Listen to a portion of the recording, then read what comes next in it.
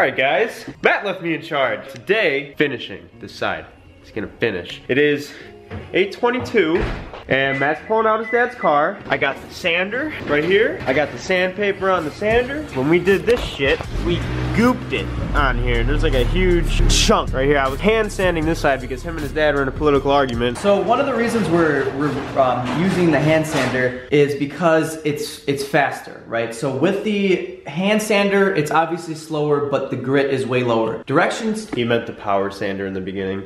What did I say? You said hand sander. You said the reason why we're using the hand sander. No, I said the power sander, you said hand. Yo, when you go to edit this video, you'll see you choose yourself. So one of the reasons we're using the hand sander. So the hand sander, right? Like, so this is 80 grit sandpaper, the purple. right? We also have the 50, which in the last video you can see you're supposed to buy 40 and use a hand sander. Because in Chris Fix's video, we're trying to follow all the directions that he's telling us. He said that you can use a power sander. It was just too late. I think the thing is we're supposed to get lower grit sandpaper, but they don't have any 40 grit sandpaper. Anyways, if you go and take this, like, we can do that, right? But it just takes so long. And being that this is 50 and what's on here, 60? I believe that's 60. And this is a 60, right? So that's only a 10 grit difference, right? Obviously you can feel the difference between the grits. We went through and sanded all the green stuff off the car with this, and I've tried to use the electric sander on the Bondo versus the 50 grit hand sander. This just goes way faster. Right now what we're gonna do is we're gonna get this as smooth as possible so that when we go over to primer it and do whatever else we gotta do to it, there's not harsh bumps everywhere, because you can totally feel that it's not completely smooth. So once we go and do that, I think we have to do another layer of Bondo. We should probably do another layer because we still have a pretty harsh, Only because it was such a huge hole. But I mean, when it dried though, it honestly, it came out pretty good. Yeah, so this bump is definitely not as severe as it used to be. We're definitely gonna have to kind of just cake it on here. And this, I mean, these are coming out pretty good. You just gotta get off this rough edge a little bit. But these ones, there was a couple holes over here that are gone kind of filled. But I think we did buy the mini hole, because if there's any like smooth air bubbles or something like that. Yeah, we did. We have that somewhere. This stuff. Yeah. This is what we bought. This is the stuff that he says gets rid of like all the little tiny holes and the scratch marks and everything. That we just do a small thin layer over everything. We're gonna go ahead, sand this down, and then we're gonna add another layer of Bondo. So after about, what'd you say that was, 5-10 minutes? Yeah. Of using this power sander, we've already got this bump completely gone.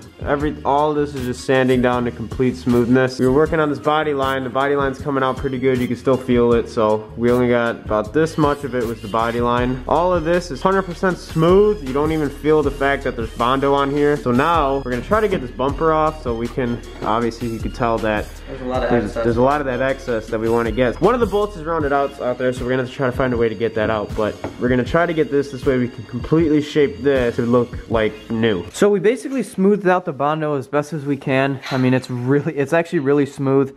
Any really imperfections in here is gonna be in the body with dents and stuff. And as you see, we drew like a little Sharpie to kind of show us where the body line is, so we make sure we don't really harshly sand that too much. And then right here, there's a little dent that we're gonna just fill in with some Bondo. But now, excuse me. Oh, sorry. Austin, the MVP, coming in with the sweeping.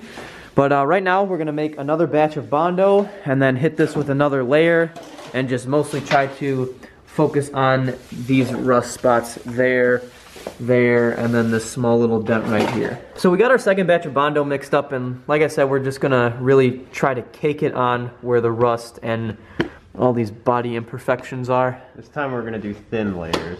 Really? I know the last one we did some thick. Yeah, we did really thick, so it made it really hard to sand it. So we're gonna try to do smooth, smoother, thinner layers. But yeah, we successfully got part of the bumper off so we could actually start working to properly, get the body lines to be good. We had some bolt trouble here. Matt came in clutch and actually did something genius. I did something genius, right? So if any of you guys have ever seen this thing right here. I don't know what it's called. I don't know what it's called, but I know it's like supposed to fit around several different size sockets. And I knew Austin was gonna be like, dude, that's not gonna work. I started doing it, it started working, and we got enough of the bolts off. So we just got back from Walmart, and what we picked up is some crack filler. That's like the generic brand, large gaps foam. And basically what this does is people use this for big rust spots, right? It's used for crack fillers, obviously. One of the things that people use it for is rust. Really, dude? Don't get so pissed. In the earlier clips, right, this used to be just a huge hole, right? Just a big hole.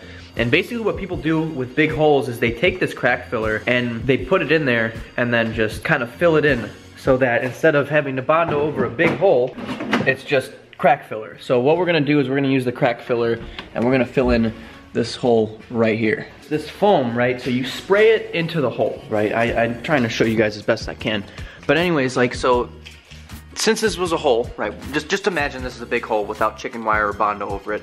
So you take the foam and you spray it in there, right? And you get like a piece of cardboard so it shapes it just a little bit, and then you let it sit for like 8 hours or whatever the directions say. It expands, fills out that hole, and then it hardens. And yes, it's a very brittle substance, but instead of just having to work with like a big hole here, you actually have something to Bondo over. So it's like when you take the foam and you kind of Bondo over it, it makes it like, I guess you could say almost a sandable surface, and it makes it like properly hard, and it makes the job easier. So obviously we're gonna document the process on the other side. So right now, Austin's gonna work on hand sanding this because it's too late to power sand. It looks like this night is gonna be called short because we can't really use power sanders, and hand sanding is just way too, it just takes too much effort and just takes too long. Since we have power sanders, it's really hard to have power sanders right in our face and not be able to use them. We're just gonna pick this up tomorrow. I'll see you guys tomorrow morning. All right, and just like that, it's a new day. And before we start sanding the EG, we're actually going out to go pick something up for the EG that is much needed.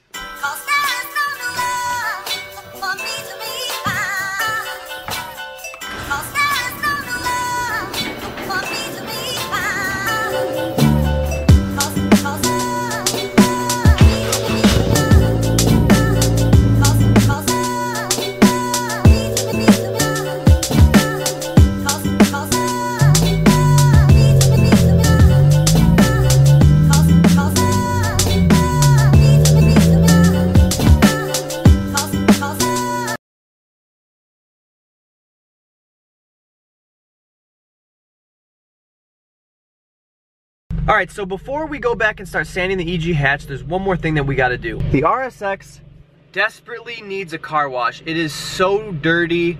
So right now we're gonna go ahead and give it a good car wash.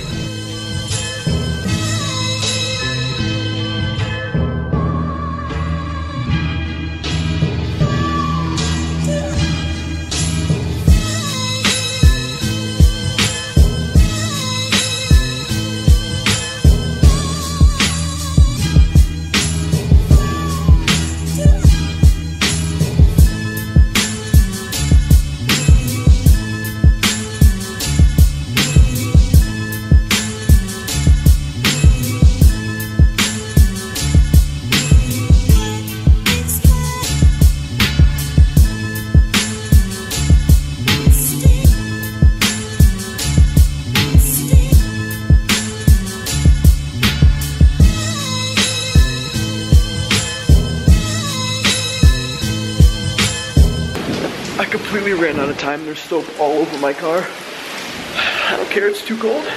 We get down to here. I can't feel my hands. Never wash your car in below freezing weather. As soon as the water hits your car, it just freezes. So now it's time to pick back up where we left off yesterday, and that is with continuing to sand the EG. But before we start sanding, you always gotta grab your respirator. So now we can begin the sanding process.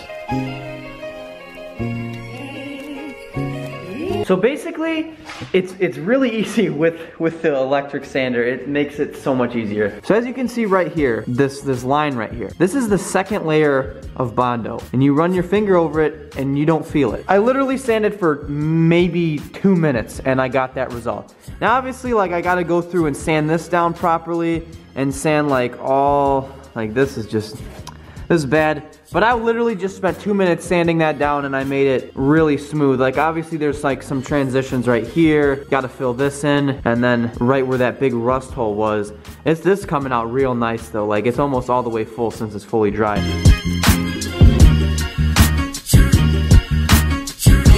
Since I said at the beginning of starting to fix the rust on the EG, you can kind of take what we're doing and try to follow along. Obviously we're not professionals, you know, we're learning as we go along, so if you guys want to follow along with what we're doing, you can do that as well.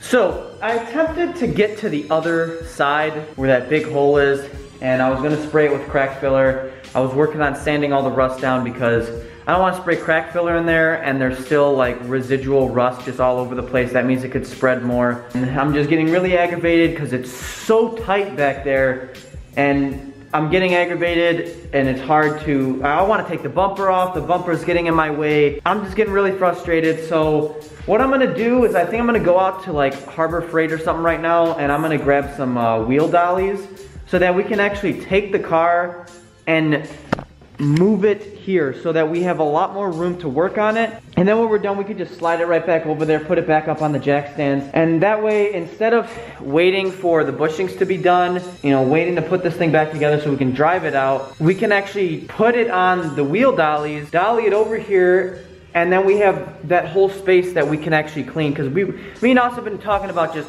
doing a full garage clean because the whole thing is so dirty, filled with EG parts, Bondo parts and everything. And plus, it's gonna make everything so much easier to work on if we can just move the car here. So I'm sorry that this video has been jumping around all over the place. What I got for the EG, I will explain to you guys in a later video. I mean, it's not like a crazy surprise. It's a really big piece to making this thing run and drive. Anyways, the rust repair just keeps getting delayed and delayed because it gets late. So we're just gonna wait for Austin to come over, and then we're just gonna do like a full thing where we have like a couple hours to do this, and we're just gonna go ham and just get everything done so we can work on two sides at once, because I did go to Harbor Freight and I got these 4 wheel dollies right here. So what we can do is we can take the car off jack stands and then kind of lower the car onto the wheel dollies so that while we're waiting for the rest of the car to be pieced together, since we can't drive it, we can put it on the dollies and wheel it over to the 2 car so that we can properly work on both sides instead of just being conformed to one side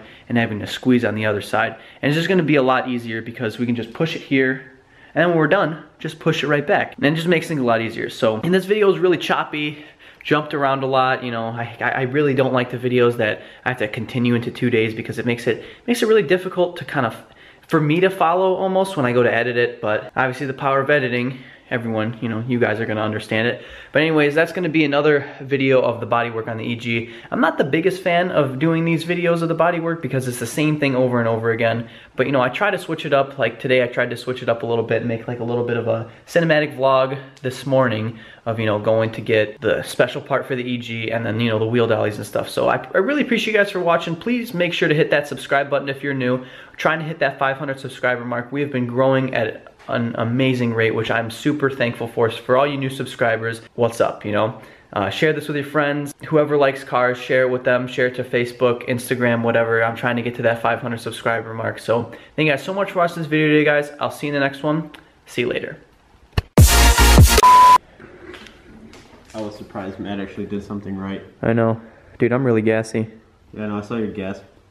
Matt sitting on your desk thingy in your room. Oh, gas X, yeah. Yep.